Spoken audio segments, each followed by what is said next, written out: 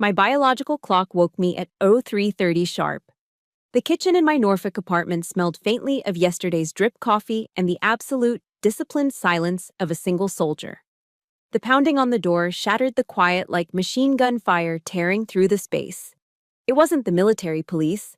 It was Anna, my twin sister, standing on my welcome mat with bare, bleeding feet and a face swollen beyond recognition. My blood boiled instantly, but my hands went cold. The unconditional reflex of a field medic. I caught her collapsing weight, that lifeless body drifting into my arms. The stench of cheap bourbon and stale urine clinging to her clothes made my stomach knot in a mix of visceral disgust and blinding rage. She whispered through cracked, dry lips, her voice a broken reed. Mark said, "Next time he'll use the golf club." I looked in the hallway mirror.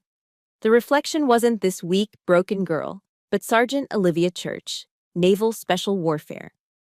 If the law couldn't protect my sister, could my skills in violence bring justice?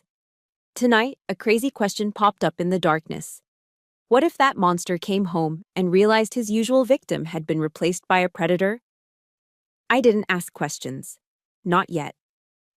I guided Anna to the beige sofa in the living room and flipped the overhead lights to maximum brightness. The harsh LED glare exposed the naked truth that the shadows on the porch had tried to hide. I forced myself to blink away the sisterly horror. I couldn't look at her with the eyes of a sibling right now. I had to look at her as a tactical casualty, a mission. I dropped my go bag on the coffee table and ripped open the trauma kit. I snapped on a pair of blue nitrile gloves. The snap was loud in the quiet room.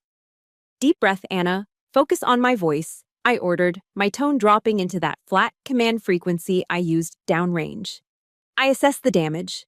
Her left cheekbone wasn't just bruised, it was a map of violence. The purple was fresh, blooming rapidly, but underneath, there was a sickly yellow tint, the fading signature of a fracture from 2 weeks ago that hadn't healed before being struck again. Her lower lip was split vertically, the blood crusted in the corners. But it was the feet that made my professional detachment waver. When I gently lifted the hem of her torn nightgown, I saw the soles of her feet. They were a mess of lacerations. Tiny shards of glass were embedded deep in the soft tissue of her arches and heels.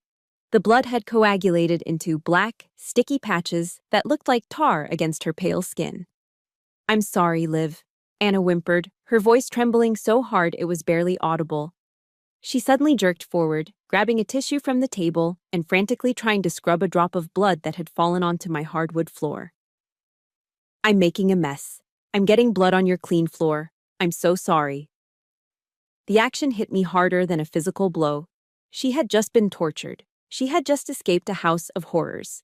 Yet, her primary concern wasn't her pain. It was the fear of inconveniencing someone.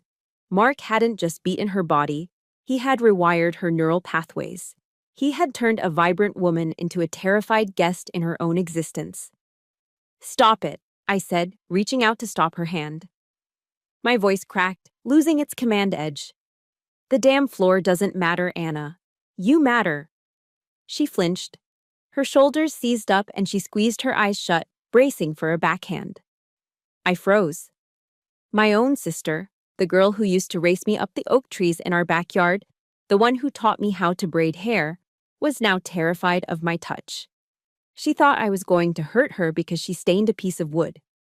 I took a breath, resetting my internal gyroscope. I needed to extract the glass. I picked up the surgical tweezers. "Why, Anna?" I asked, focusing on a particularly deep shard in her left heel. "Why did he do this tonight?"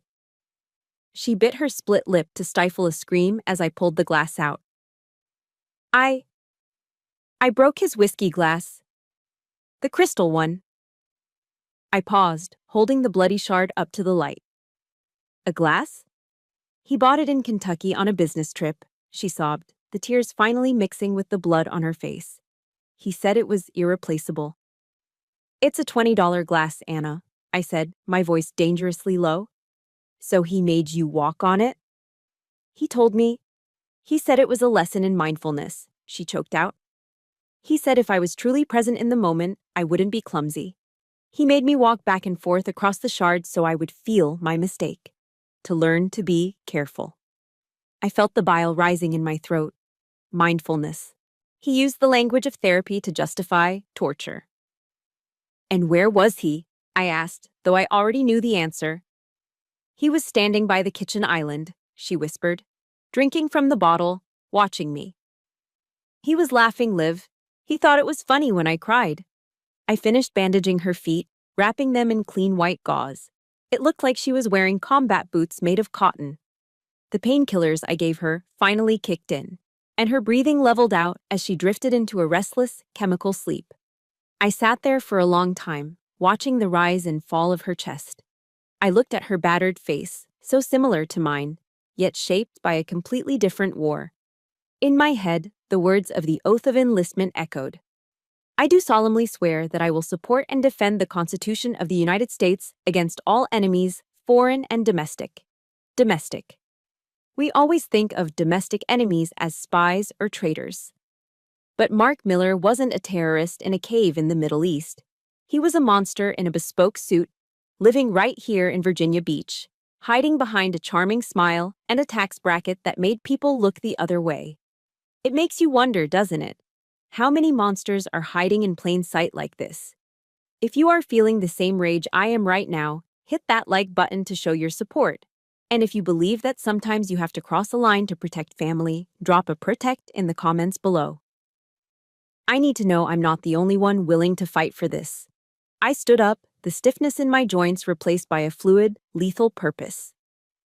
I walked to the bedroom closet and placed my thumb on the biometric scanner of my gun safe. The mechanism whirred and clicked open.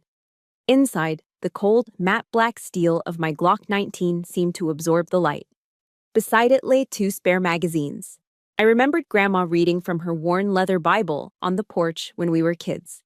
Psalm 82. Defend the poor and fatherless. Deliver them out of the hand of the wicked. I stared at the gun. Tonight, God was busy. He had too many prayers to answer. I would handle this delivery myself. The smell of sizzling bacon and scrambled eggs usually signals a good morning in any American household. But in my kitchen, it smelled like tension. I plated the food, hearty, protein-rich, the kind of fuel you need before a mission, and set it down on the island. Anna sat on the bar stool, picking at her food. Her eyes weren't on the breakfast. They were glued to her cracked iPhone screen. Every time it vibrated against the granite counter, she jumped as if she'd been shocked with a taser. He's texting, Anna whispered, pushing the phone toward me with a trembling hand. I looked at the screen. The sender was saved as Hubby3. Baby, where did you go? I've been so worried. I was a little drunk last night. I'm sorry. Please come home. I bought those hydrangeas you like. Don't make me sad anymore. I felt a wave of nausea that had nothing to do with the grease from the bacon. Don't believe him, I said, my voice cold and steady. This is textbook, Anna.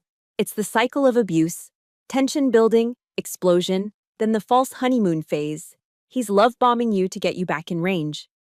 But maybe he's right. Anna stared down at her plate, her voice small. I was clumsy with the glass, and he's trying to make it right. He had brainwashed her so thoroughly that she was pleading guilty to his crimes. That is the insidious power of gaslighting. It doesn't just bruise your skin, it breaks your reality. I grabbed my tablet and sat down opposite her. Let's see what hubby is really up to. I pulled up Mark's Facebook profile. It was like stepping into an alternate dimension. The cover photo showed him laughing at a charity gala for disabled children, wearing a tuxedo, holding a glass of champagne. He looked like the Prince of Virginia Beach. I scrolled to his most recent post, uploaded just 2 hours ago. The geotag was the First Baptist Church on Laskin Road. The photo was a selfie of him looking somber and pious in a pew. The caption read, "Praying for my little family today. Marriage is hard work, but God blesses those with patience. Love you, Anna." I read the comments underneath. It was a chorus of praise from the community. You're a good man, Mark. Anna is so lucky to have a provider like you. God fights for those who kneel, brother. I shoved the tablet away before I threw it through the window. He was using God and the community's goodwill as a human shield. He had isolated Anna by convincing the entire world that he was a living saint and she was the unstable burden he had to carry. "Anna," I asked, looking her dead in the eye, "do you have any cash? Emergency funds?" She shook her head slowly. She reached into the pocket of her torn robe and pulled out a single platinum credit card. "It's a supplementary card," she said, shame coloring her cheeks. "He keeps the main account. Every time I swipe this, he gets an instant notification on his phone. If I spend more than $50 at the grocery store, he calls me to ask for an itemized list." I clenched my fist under the table. This man was a millionaire real estate developer. This wasn't budgeting. It was a siege. "Last week," Anna's voice wavered, "I bought a box of tampons. I got the organic kind, the ones that are a few dollars more because the cheap ones irritate me. He yelled at me for 3 days about being wasteful. He made me return them, Liv. He drove me to the pharmacy and waited in the car while I returned a box of tampons." The room went silent. The air pressure seemed to drop. A grown man, a pillar of the community, policing his wife's feminine hygiene products to assert dominance. It wasn't about the $3. It was about stripping away her dignity layer by layer until she was nothing but a raw nerve ending, waiting for his permission to exist. He wanted her to be completely dependent on him for basic survival. "If you go to the police now," I said, my mind shifting into strategic analysis mode, "he wins. He has the best lawyers in the state. He'll walk into that courtroom in his 3-piece suit, show them your history of clumsiness, show them his charity work, and paint you as hysterical or mentally unstable. He has the money and the connections to bury you." "So what do I do?" Anna sobbed. "I can't go back, Liv. I can't." "We need undeniable proof," I said. "Or, we need to catch him when the mask is off." I stood up and walked over to the oven. I stared at my reflection in the dark, smoked glass of the oven door. I saw the same high cheekbones, the same jawline, the same eyes. We were identical twins. The only difference was 10 years of military physical training and a haircut. But hair can be fixed. Posture can be faked. "Anna," I said slowly, turning back to my sister. She looked up, her eyes red and swollen. "Tonight, Mark wants his wife to come home so he can continue his game. We are going to give him exactly what he wants." I walked over and placed a hand on her shoulder. "But the person walking through that door won't be you." Step 1 was camouflage. I sat in a folding chair in front of the vanity mirror, while Anna worked behind me, like a frantic stage manager preparing an actor for the performance of a lifetime. The first problem was my hair. I kept mine in a functional military standard pixie cut. Low maintenance, tactical, efficient. Mark, however, preferred his wife to have long, flowing chestnut hair. He said it made her look docile and sweet. Anna's hands trembled as she clipped the extensions in. They pulled at my scalp, heavy and foreign. The hair was a shade lighter than my natural color, a soft ash brown that caught the light innocently. Next came the face. Anna squeezed a thick dollop of Dermablend onto a sponge. I knew this brand. We used it in the field to cover tattoos for undercover ops, but Anna used it to erase the map of violence Mark left on her skin. As she stippled the thick, paste-like foundation over my face to mimic her own pale, sun-deprived complexion, I felt like I was being fitted with a death mask. "You look too healthy, Liv," Anna murmured, stepping back to critique her work. She bit her lip, anxiety radiating off her. "Your shoulders, your traps. You have swimmer's shoulders. Mark knows my body. He'll see the muscles." "Don't worry," I said. I reached into Anna's go bag and pulled out an oversized beige cable knit sweater. It was shapeless, swallowing my torso whole. "This will hide the definition. The physical disguise is the easy part. It's the behavior that matters." I stood up and smoothed the sweater down over the faded floral skirt Anna had picked out. "Walk for me," Anna commanded.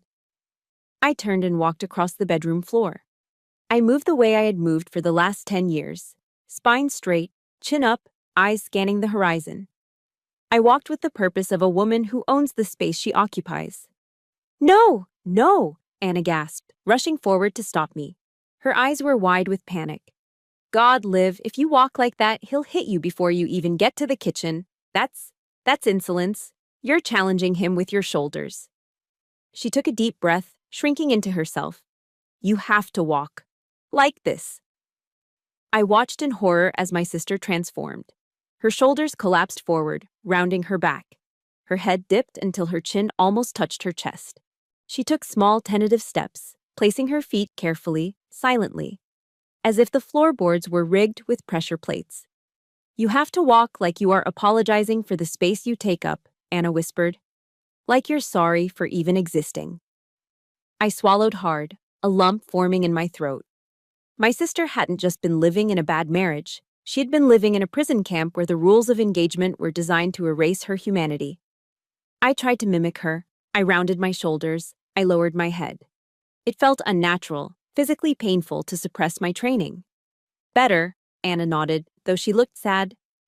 Now, the eyes. Rule number 1, never make direct eye contact for more than 3 seconds. 3 seconds is engagement, 4 seconds is a challenge. Copy that, I said. 3 seconds. Now the voice, she continued. Say it. I'm sorry, Mark. I'm sorry, Mark, I said. My voice was low, firm, resonant. No! Anna shook her head violently. Too confident. You sound like you're negotiating a treaty. He'll think you're being sarcastic. Pitch it up, tighten your throat, make it wobble. I closed my eyes. I imagined a gun pressed to my temple. I imagined the air being sucked out of the room. I constricted my larynx, forcing the air through a tighter passage. I'm sorry, Mark. I was wrong. The silence in the room was heavy. When I opened my eyes, Anna was wiping a tear from her cheek. That's it, she whispered. That sounds pathetic. That sounds like me. Outside, the Virginia sun was beginning to dip below the horizon, casting long shadows across the room. It was time. I stood before the full-length mirror. The reflection staring back at me was a stranger. The sergeant was gone. In her place stood a fragile, broken woman in a beige sweater and a floral skirt, hunching to make herself smaller. But as I looked closer, past the makeup and the wig, I saw it. The weapon Anna didn't have. Underneath the layers of wool and silk, my body was a coiled spring of kinetic energy. My muscles were primed. My reflexes were sharp. I knew 18 different ways to neutralize a threat within arm's reach. Sun Tzu wrote, "All warfare is based on deception. Hence, when able to attack, we must seem unable." I turned away from the mirror and looked at Anna. Tonight, I said, my voice shifting back to my own for just a second, I'm going to answer the question he always asks you. Anna looked confused. What question? He always asks, who do you think you are? I picked up Anna's car keys. Tonight, he's going to find out. I left Anna at the safe house, a nondescript motel on the edge of town paid for with cash, and took her keys. Driving her Toyota Sienna felt alien. The minivan was heavy, sluggish, and smelled of vanilla air freshener and suppressed misery. It was the quintessential suburban mom car, a vehicle designed for safety and school runs. Yet tonight, I was driving it into a war zone. I pulled into the driveway of the Miller residence. It was a sprawling 2-story colonial in a subdivision where every lawn was manicured to within an inch of its life. I hit the garage door opener. As the heavy door rolled up, Anna's voice echoed in my head. Make sure the tires are straight, Liv. If they're crooked, he says it shows I don't respect his property. I gritted my teeth and aligned the vehicle perfectly with the painted yellow guide on the concrete floor. I killed the engine. The silence that followed was heavy. I walked to the side door connecting the garage to the kitchen. The keypad blinked red. I punched in the code Anna had given me, Mark's birthday. Of course, even the security system was a monument to his ego. The lock beeped and the deadbolt slid back with a heavy thud. I stepped inside. The first thing that hit me was the cold. The air conditioning was blasting, chilling the sweat on the back of my neck. The thermostat on the wall read 68 degrees Fahrenheit. Anna was naturally anemic. She froze easily. But Mark liked it cold, so the house was an icebox. The kitchen was spotless, sterile. It looked less like a place where meals were cooked and more like a showroom for high-end appliances. The granite countertops gleamed under the under-cabinet lighting. But as I moved closer, the cracks in the perfection began to show. I ran my hand along the stainless steel door of the double-wide refrigerator. There, right at eye level, was a shallow dent. It was the size of a fist. Someone had tried to buff it out, but the steel remembered. I opened the fridge. A wave of cold air hit my face. Inside, everything was arranged with psychotic precision. The milk, the orange juice, the craft beer. Every single label was facing perfectly outward, aligned like soldiers on parade. I reached out and slightly twisted a bottle of barbecue sauce so the label was off-center. My hand hovered there. I realized that for Anna, a bottle turned 45 degrees could be the catalyst for a night of terror. I closed the door and moved into the living room. It was decorated in that generic, upscale style you see in catalogs. Beige furniture, heavy drapes, expensive rugs. On the wall above the fireplace hung a framed print in cursive script, "Home Sweet Home." It hung slightly too high. It looked awkward. Curiosity piqued, I walked over and gently lifted the bottom of the frame. Behind the wholesome sentiment, the drywall was shattered. A jagged hole, about the size of a boot heel, punched straight through the plaster. He hadn't fixed it, he had just covered it up with a platitude. Live, laugh, love, cover, conceal, deny. I did a quick sweep of the ground floor, mapping the terrain. I checked the kitchen island drawers. Locked. I peered through the crack. Knives. He kept the cutlery locked up. Was he afraid she would fight back? Or was he afraid she would hurt herself to escape him? In the living room, a bottle of Woodford Reserve sat on a side table, half empty. The glass beside it was dry. He'd be thirsty when he got home. I moved to the master bedroom. The bed was made with military precision, the sheets pulled so tight you could bounce a quarter off them. I turned off the main overhead lights, leaving only a small lamp in the corner on the lowest dimmer setting. Shadows stretched across the room. Darkness was my ally. It always had been. I sat on the edge of the bed, facing the door. I placed my hands on my knees. I closed my eyes and began the box breathing technique I used before a raid. Inhale for 4 seconds. Hold for 4. Exhale for 4. Hold for 4. My heart rate dropped. My muscles loosened, ready to snap into tension at a millisecond's notice. The fear Anna had taught me to mimic was gone, replaced by the cold, hard calculation of ambush mode. I waited. 10 minutes, 15, 20. The house settled around me, creaking in the cold air. Then, light swept across the sheer curtains of the bedroom window. High beams. I heard the crunch of tires on the gravel driveway. The deep, throaty rumble of a V8 engine filled the garage, vibrating through the floorboards. Then, silence as the ignition was cut. The heavy slam of a car door echoed like a gunshot. Heavy footsteps crunched on the walkway, then transitioned to the hollow thud of boots on the wooden porch steps. Clink. Keys jingling. Scrape. Metal sliding into the lock. My heart hammered once, hard against my ribs, then steadied into a slow, predatory rhythm. I lowered my head, rounded my shoulders, and shrunk into the oversized sweater. The front door opened. A gust of humid night air rushed in, carrying the heavy, cloying scent of expensive cologne and stale bourbon. The monster was home. The bedroom door swung open, and the air shifted instantly. The sterile, cold atmosphere was invaded by a wave of expensive cologne. Santal 33 mixed with the sour, chemical tang of processed scotch. Mark stood in the doorway. He was a handsome man, objectively speaking. Tall, jawline like a granite block, hair perfectly coiffed even after a long day. But his eyes were glassy, swimming in a pool of liquid arrogance. He didn't look at me. Not really. He looked through me, the way you look at a piece of furniture that you're vaguely annoyed with. He unbuttoned his suit jacket, an Armani, custom-fitted, and let it drop to the floor right in front of where I was sitting on the edge of the bed. "Hang it up," he barked. 2 syllables, no subject, no politeness. just a command to a subordinate. My instinct was to stand up and drive my heel into his solar plexus. Instead, I forced my body to shrink. I stood up slowly, my hands trembling, a calculated performance of fear. I picked up the jacket. It was still warm from his body heat. He watched me, a sneer curling his lip. Back already? I thought you'd still be crying to your Rambo sister. I told you, Anna, she can't save you. She's too busy playing soldier in the desert. He laughed, a dry, hacking sound. Probably killing civilians in Iraq to feel tough because she couldn't cut it as a real woman here.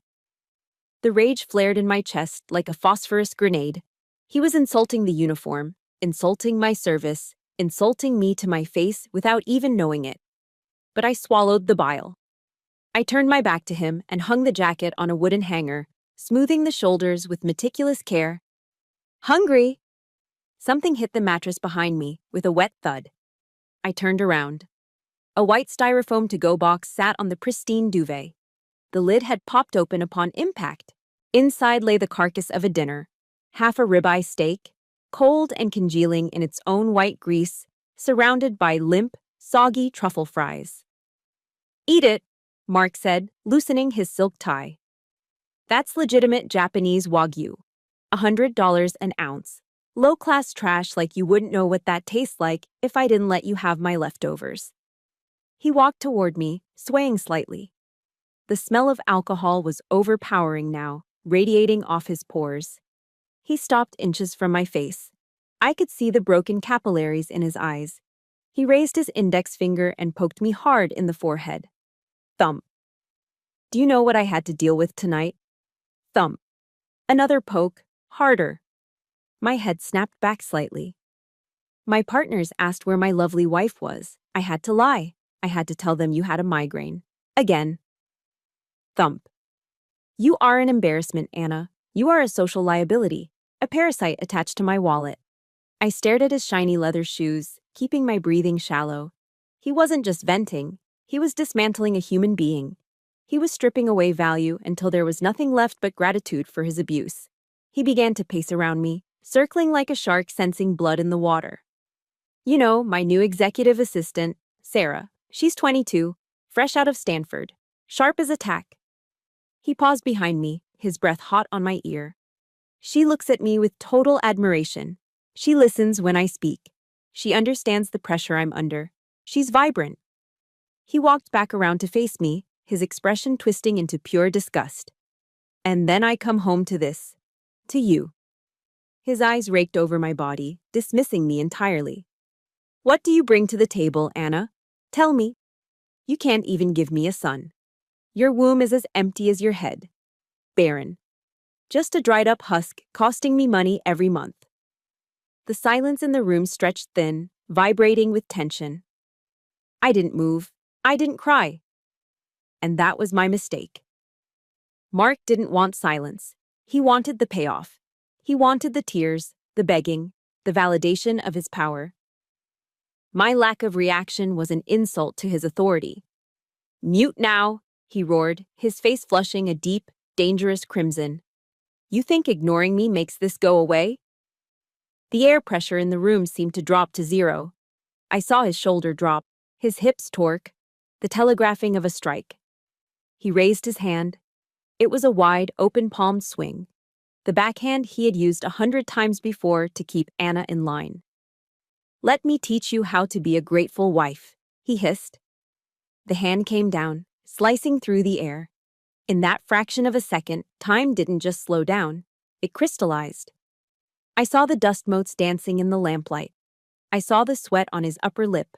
I saw the absolute certainty of violence in his eyes. But the woman cowering before him dissolved. The facade of Anna melted away. I didn't flinch. I didn't close my eyes. Instead, I snapped my head up. For the first time all night, I locked eyes with him. I didn't look at his nose or his chin. I looked straight into his dilated pupils with the predatory focus of a sniper acquiring a target. Mark saw it. In the microsecond before his hand could make contact, he saw the shift. He saw the fear vanish, replaced by a cold, abyssal darkness that looked back at him.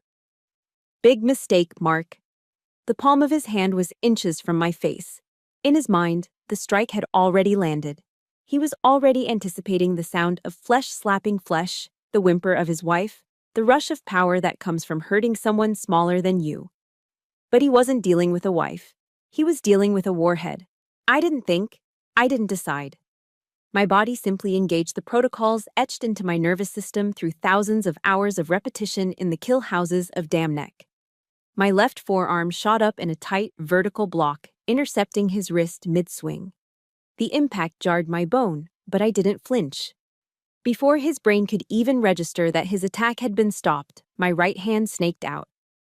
I clamped onto his wrist, my thumb digging viciously into the pressure point between the radius and ulna. I stepped in, invading his center of gravity, and used his own forward momentum as a fulcrum. I torqued his wrist outward and down. Crack! The sound was dry and loud, like a dead branch snapping in a winter forest. It echoed off the hardwood floors and the high ceilings. Ow! Mark's scream wasn't a roar. It was a high-pitched, incredulous shriek. The authority, the arrogance, the masculinity. It all evaporated instantly. He dropped to his knees, not by choice, but because the mechanical leverage of the joint lock gave him no other option. If he didn't go down, his arm would spiral fracture. I didn't let go. I wasn't done. I pivoted on my heel, maintaining the pressure, and spun him face down onto the floor. I shoved his face into the expensive Persian rug, the one he had forbidden Anna from walking on with shoes.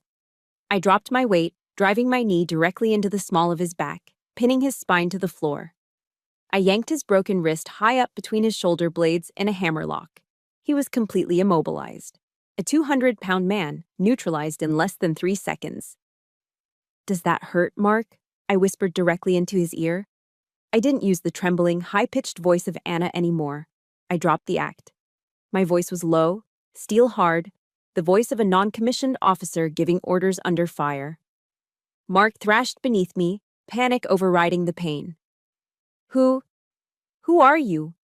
Where is Anna? You crazy bitch!" I applied a fraction more pressure to his wrist. He squealed like a stuck pig. "Anna sends her regards," I said, leaning in close so he could smell the absence of fear on me. "And she asked me to tell you that the Wagyu steak is cold. You can eat it yourself." I released him and shoved him away.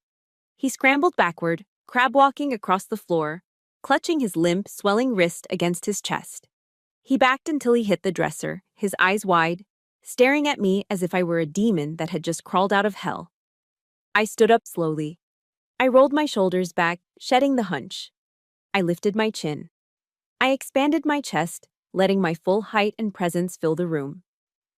The oversized beige sweater didn't look like a blanket anymore. It looked like camouflage over armor. The dim lamp in the corner cast long shadows across my face, turning my eyes into dark, hollow pits. "You like using violence to teach lessons, don't you, Mark?" I took one step toward him. He flinched and scrambled sideways, knocking over a vase. It shattered, another broken thing in a house full of them. You're Olivia," he stammered, his face draining of all color. This is home invasion. I'll call the police. I'll have you arrested." "Call them," I said. I reached into the pocket of the Armani jacket hanging on the rack, pulled out his iPhone, and tossed it onto the floor at his feet. It slid across the wood and stopped right in front of him. "Call 911 right now. Put it on speaker. Let's tell the officers about the glass in Anna's feet. Let's tell them about the fractured cheekbone. Let's see who they arrest first." He looked at the phone. His good hand hovered over it, shaking uncontrollably. But he didn't pick it up. He knew. He knew that his carefully constructed facade of the perfect husband wouldn't survive a police report. He knew he had lost. If seeing a bully get exactly what he deserves makes your blood pump a little faster, hit that like button right now. And if you believe that justice sometimes needs a heavy hand, type "justice" in the comments. Let me know I'm not fighting this alone. I crouched down, balancing on the balls of my feet, putting myself at eye level with him. I stared straight into his wet, terrified eyes. I wanted him to see me. Really see me. Listen to me closely, Mark Miller. I have hunted men in places you are too afraid to even look at on a map, I have looked into the eyes of people who would kill you for your watch, and I didn't blink. You? You're just a coward who gets off on hurting women. I leaned in. Tonight, I'm not going to kill you. That would be too easy. You'd be a martyr. No, I'm going to take the only thing you actually care about, your reputation, your money, your power. I reached into the pocket of my skirt and pulled out a small black digital recorder. The tiny red LED light was blinking steadily. Recording. Every word you said tonight, I said, holding it up. The insults about your partners, the confession about your mistress, Sarah, the abuse. I have it all. And I also have a copy of the medical report from the ER regarding Anna's injuries this morning. Mark looked at the recorder, then at me. His mouth opened and closed, but no sound came out. Then, he broke. He didn't fight back. He didn't rage. He slumped against the dresser, buried his face in his good hand, and started to sob. Not tears of remorse. Tears of a spoiled child who had finally been caught. Please, he blubbered, snot running down his nose. My reputation, my mom. She'll die if she finds out. I looked down at him with zero pity. You should have thought about that before you made my sister walk on glass. I dragged the heavy leather wing-back chair from the corner of the room and planted it right in front of Mark. I sat down, crossing my legs, looking down at him. He was curled up on the rug, clutching his wrist, his expensive suit rumpled and stained with snot and tears. The power dynamic in the room had flipped 180 degrees. I have two options for you, Mark, I said. My voice was flat, devoid of emotion, like a meteorologist reading a storm warning. He looked up, sniffing loudly. Option 1, I held up a finger. I call 911. The police arrive. I show them the medical report. You go to jail for domestic battery. But that's just the appetizer. While you were passed out earlier, I took the liberty of installing a little piece of software on your phone. It cloned your data. Mark's eyes widened. You hacked me? I audited you, I corrected. I saw the text to your accountant about the offshore accounts you're using to hide assets from the IRS. That's federal tax evasion. And I saw the text to Sarah. She's 19, Mark. Technically legal, sure, but in the Commonwealth of Virginia, adultery is still a crime. Imagine the headlines. Pious pillar of the community indicted for beating wife and cheating with teenager. Your business will be radioactive. You'll be fresh meat in the county jail. Mark shuddered. He knew I wasn't bluffing. He knew that in his world, reputation was currency, and I was holding a match to his bank vault. Option 2, I continued, reaching into my waistband and pulling out a folded manila envelope. I tossed it onto the floor in front of him. You sign this. He reached for the papers with his trembling left hand. What is it? An uncontested divorce settlement, I said. I had a JAG lawyer friend draft the basics this morning. It grants Anna full ownership of this house and 60% of all liquid assets as a settlement for pain and suffering. 60%? Mark's head snapped up, a flash of his old greed pushing through the fear. You're out of your mind. I earned that money. She's nothing. I didn't argue. I simply pulled the digital recorder from my pocket and pressed play. His own voice, slurred and hateful from 10 minutes ago, filled the room. You are a parasite. The Wagyu is wasted on trash like you. I wonder what the Virginia Beach Chamber of Commerce would think of this recording, I mused aloud. Or the deacon board at your Baptist church. Mark lunged for the pen I held out. He snatched it, uncapping it with his teeth because his right hand was useless. He scribbled his signature on the dotted line. It was messy, jagged, like the handwriting of a child, but it was legally binding. There, he spat, throwing the pen down. Take it, just... Please, don't release the audio. My mother, she's 70 years old. She has a heart condition. If she finds out I'm like this, it will kill her. I stared at him, marveling at the narcissism. Even now, he was the victim. Your mother, I asked quietly. What about Anna's mother? What do you think it did to her knowing her daughter was being beaten black and blue by a man who promised to cherish her? I gathered the papers and secured them in my pocket. One last thing. I stood up and walked over to the walk-in closet. I knew exactly where it was. Mark liked to brag about his home defense setup. I pulled down the Mossberg 500 pump-action shotgun from the top shelf. "Hey, that's mine," Mark yelled weakly from the floor. I marched back into the bedroom, racking the slide. A live red shell ejected and clattered onto the floor. I sat on the edge of the bed and began to field-strip the weapon. My hands moved with the muscle memory of 1,000 drills. Unscrew the takedown screw, remove the barrel. Pop the trigger housing pin. Slide the trigger group out. Remove the bolt carrier. In less than 30 seconds, his prized weapon was a pile of useless metal and plastic scattered across the duvet. "You don't deserve to hold a weapon," I said, looking him in the eye. "A gun is a tool for protection. In your hands, it's just another bullying stick." I picked up the last live round from the floor. Mark watched me, terrified I was going to load it. Instead, I walked over to the side table where his glass of bourbon sat, the one he had been drinking while he watched Anna walk on glass. Plink. I dropped the 12-gauge shell into the amber liquid. It sank to the bottom, bubbles rising around the brass casing. "Have a drink, Mark," I said. "Toast to your wife's freedom." I turned on my heel and walked out. I didn't look back. I left him sitting there in the ruins of his ego, surrounded by gun parts and divorce papers. The walk to the minivan felt different this time. The air outside was crisp, smelling of pine needles and damp earth. It filled my lungs, cleansing away the scent of Mark's cologne. I climbed into the driver's seat of the Toyota Sienna and locked the doors. I pulled out my burner phone and dialed the number for the motel. Anna picked up on the first ring. "Liv?" "It's done," I said, starting the engine. "He signed. The house is yours. The money is yours." There was silence on the other end. Then a sound I will never forget. A gasp that turned into a sob, but not a sob of pain. It was the sound of a prisoner stepping out into the sunlight for the first time in 5 years. "He's gone," she whispered. "He's gone, Anna," I said, putting the car in reverse. "You're free."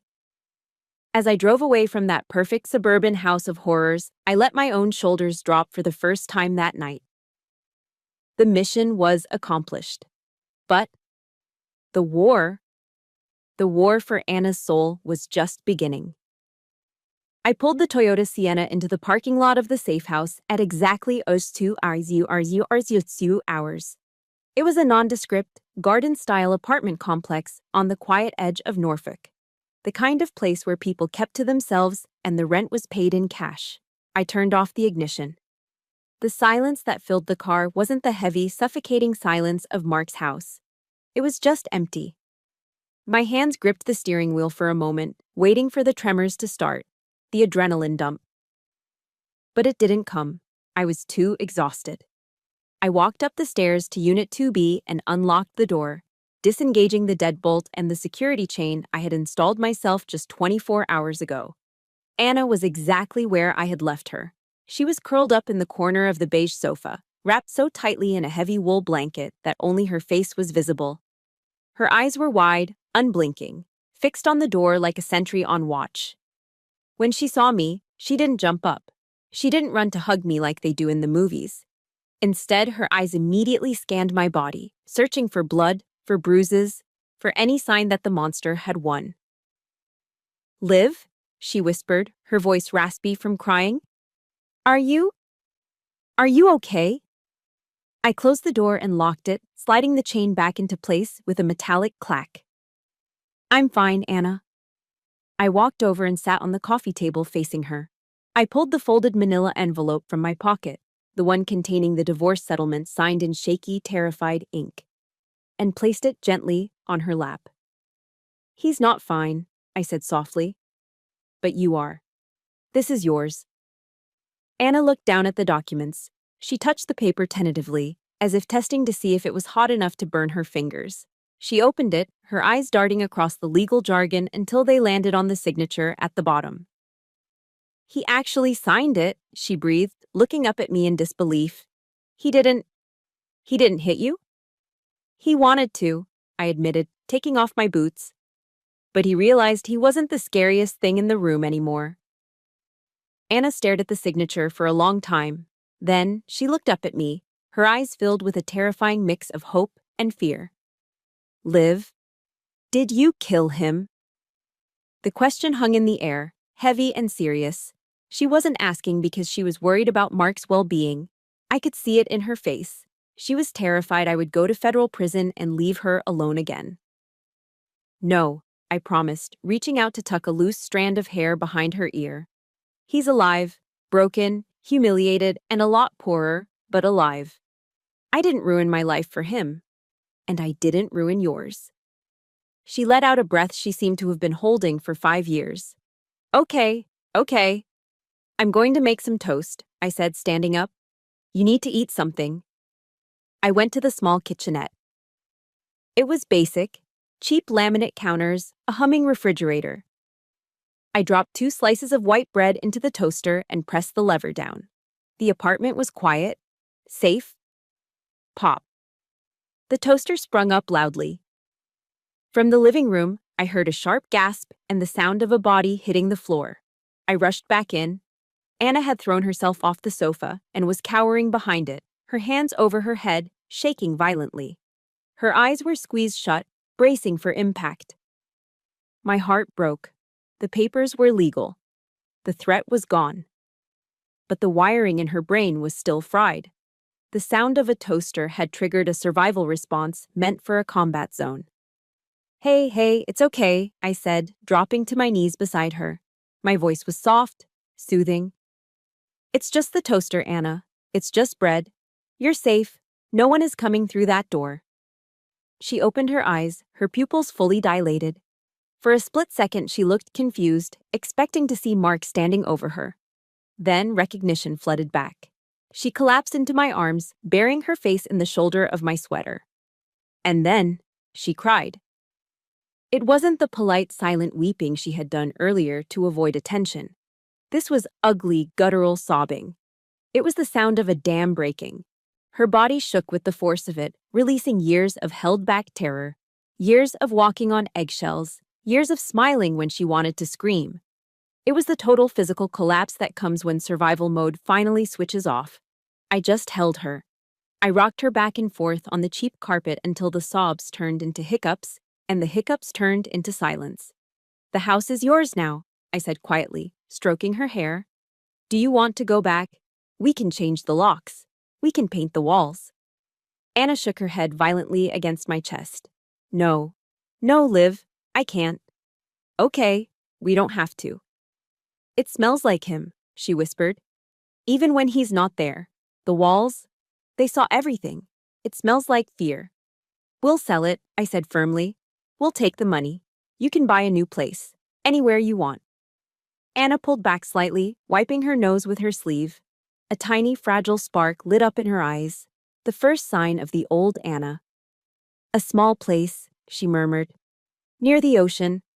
A place that smells like lavender and old books. You know, the way Mom's house used to smell. Lavender and old books, I repeated. Done. Later that night, I tucked her into the only bed in the apartment. She fell asleep almost instantly, exhausted by the emotional marathon. I turned off the bedside lamp, plunging the room into darkness. But I didn't go to the other room. Instead, I grabbed a spare pillow and the wool blanket from the sofa. I lay down on the floor right next to her bed, just like we used to do when we were kids, and a summer thunderstorm rolled off the Atlantic, shaking the windows of our childhood home. I lay there in the dark, listening to the steady, rhythmic breathing of my sister. She didn't whimper. She didn't flinch. She was just sleeping. I stared at the ceiling shadows. I had medals tucked away in a drawer back at base for operations in Iraq, Afghanistan, and Syria. I had been thanked for my service by generals and politicians. I had saved lives under fire. But lying here on this cheap carpet, guarding the sleep of the one person I loved most in the world, this was the greatest victory of my life. Fall arrived in Virginia Beach with a spectacular explosion of color. The suffocating humidity of summer finally broke, replaced by crisp Atlantic breezes that turned the oak and maple trees along the boulevards into riots of gold and crimson. I pulled my truck up to the curb of a small, second-story condo complex just a few blocks from the boardwalk. It wasn't a sprawling estate like Mark's fortress with its manicured lawns and cold marble. It was modest, weathered by the salt air, and it felt real. I killed the engine and turned to Anna. For a split second, I felt like I was looking in a mirror. 2 weeks ago, she had walked into a salon and told them to cut it all off. The long chestnut extensions Mark loved were gone. The chemically straightened, docile look was history. She now sported a textured pixie cut, identical to mine, highlighting her high cheekbones and the strong jawline she had hidden for years. "Ready?" I asked. "Ready," she said, her voice steady. We walked up the stairs to Unit 204. When she unlocked the door, sunlight flooded the room, bouncing off the lightwood floors and the cream-colored walls. There were no heavy drapes here to block out the world. Just light, air, and the faint, salty scent of the ocean drifting in through the screen door. Anna spun around in the center of the empty living room, her arms wide. "It's perfect, Liv," she said, her smile reaching her eyes for the first time in years. The bruises on her face had faded weeks ago, leaving behind skin that looked fresh and alive. The external wounds had healed, but we both knew the internal work was just beginning. Later that afternoon, we traded the fresh ocean breeze for the scent of rubber mats and old sweat at Tidewater Krav Maga, a gritty gym tucked away in a strip mall. I had signed Anna up for the beginner's self-defense course, convinced that reclaiming her body was the next logical step. Anna stood looking at the heavy punching bags hanging like sides of beef, wrapping her hands with white tape. "I don't know about this," she said, hesitation creeping back into her voice. "I've never hit anything in my life." "You survived 5 years in a war zone without a weapon," I said, tightening the strap on her glove. "You're tougher than you think. You don't need to be a soldier, Anna. You just need to know that you own your space." The instructor, a burly guy named Mike, shouted for the class to begin. I stood on the sidelines, arms crossed, watching as Anna threw tentative, polite taps against the heavy bag. "Picture the fear," I called out over the thumping bass of the gym music. "Picture the moment he made you feel small, and push it away." Something clicked in her posture. I saw her stance widen. She grounded her heels and rotated her hip just like I'd shown her. Her right cross connected with the bag. Thwack. It wasn't perfect form, but it had power. Real power. She kept going, striking the bag again and again, sweating and breathing in sharp bursts. She wasn't shrinking anymore. She was taking up space. She wasn't a victim. She was a warrior in training. By the time evening rolled around, the apartment smelled of cinnamon, nutmeg, and baked apples instead of cleaning chemicals. We sat on the floor of her living room. Her furniture hadn't been delivered yet, eating slices of warm apple pie off paper plates. It was Mom's recipe, the one she used to make for us every Thanksgiving, bringing a sense of tradition to this new beginning. Anna took a sip of iced tea and set her cup down, looking thoughtfully at her left hand. The ring finger was bare, pale skin marking where the heavy platinum band used to sit. "I sold the ring," she said suddenly. I paused, fork halfway to my mouth. "Mark's ring? The 3-carat monstrosity?" "The very same," she nodded. "I got a very good price for it. It turns out blood money spends just as well as honest money." "Good for you," I said, grinning. "Put that in your savings, or take a trip to Italy." Anna shook her head. "No, I didn't keep it. I donated the entire check to the Samaritan House shelter downtown. They're building a new wing for women escaping domestic violence. I made sure it was a tax-deductible donation in my name, not his." I stared at my sister, fighting the lump forming in my throat. She had taken the ultimate symbol of her oppression, the object Mark used to mark her as his property, and turned it into a lifeline for strangers. "I'm proud of you, Anna," I said, my voice thick with emotion. "You're not just saving yourself. You're saving others." "Thank you, Liv," she whispered, "for not leaving me behind." She reached out and took my hand. Her grip was firm, stronger than I remembered. The silence between us was comfortable, filled only by the distant sound of the ocean. "You know," she said softly, looking down at our joined hands, "growing up, I was always so jealous of you. You were the strong one, the brave one. I thought I was the defect, the broken twin. You were never broken, I protested gently. No, listen, she squeezed my hand. I figured it out. We played our parts. You had to be strong so you could protect me. And I had to be the weak one. Why? I asked, confused. She looked up at me, her eyes shimmering with tears in the dim light. Because if I wasn't in trouble, you wouldn't have had a reason to come home. The breath left my lungs. I had spent my entire adult life running toward gunfire, believing I was the protector, the savior.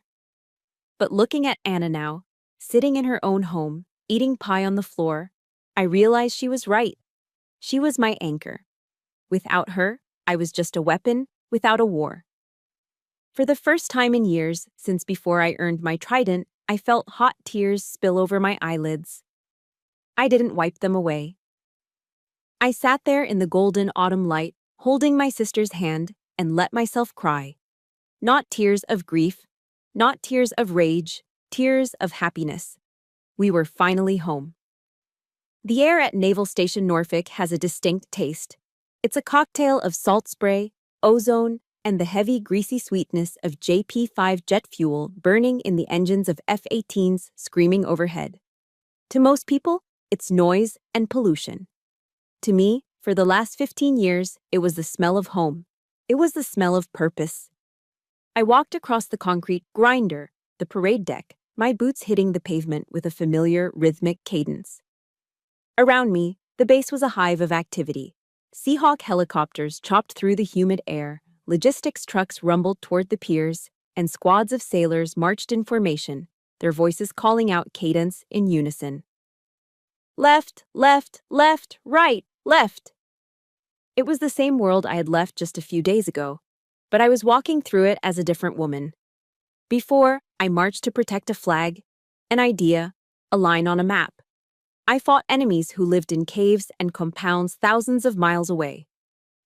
But now, as I looked at the faces passing me, young women with anxious eyes, seasoned officers with wedding rings, I realized the battlefield wasn't just over there. It was here. It was behind the manicured lawns of Virginia Beach. It was in the quiet, desperate silence of suburban kitchens. I wasn't just fighting for the Constitution anymore. I was fighting for the Annas of the world. I stopped in front of a platoon of female recruits. They were fresh, green, barely out of boot camp. They stood at attention as I approached, their eyes locking onto the ribbons on my chest, the warfare insignia that marked me as someone who had seen the sharp end of the spear. I saw admiration in their eyes, but I also saw naivety. They thought the uniform made them bulletproof. At ease, I commanded. The tension in their shoulders dropped, but their eyes stayed glued to me. You all signed up because you wanted to fight, I said, my voice carrying over the distant roar of a C-5 Galaxy taking off. You want to be warriors. You want to hunt down bad guys. I paced the line, looking each of them in the eye. We are trained to destroy. We are trained to neutralize threats. That is the job, but do not confuse the job with the mission. I stopped in the center of the formation. The highest calling of a soldier is not to kill, it is to protect. There are people in your lives, sisters, mothers, friends, who are fighting wars you cannot see. They are fighting in their own living rooms against enemies who claim to love them. The silence on the deck was absolute. Real strength, I continued, isn't about how much pain you can inflict. It's about how much pain you can intercept. Defend your teammates, defend your families, and above all, defend your own worth. If you can't protect the person in the mirror, you can't protect anyone else.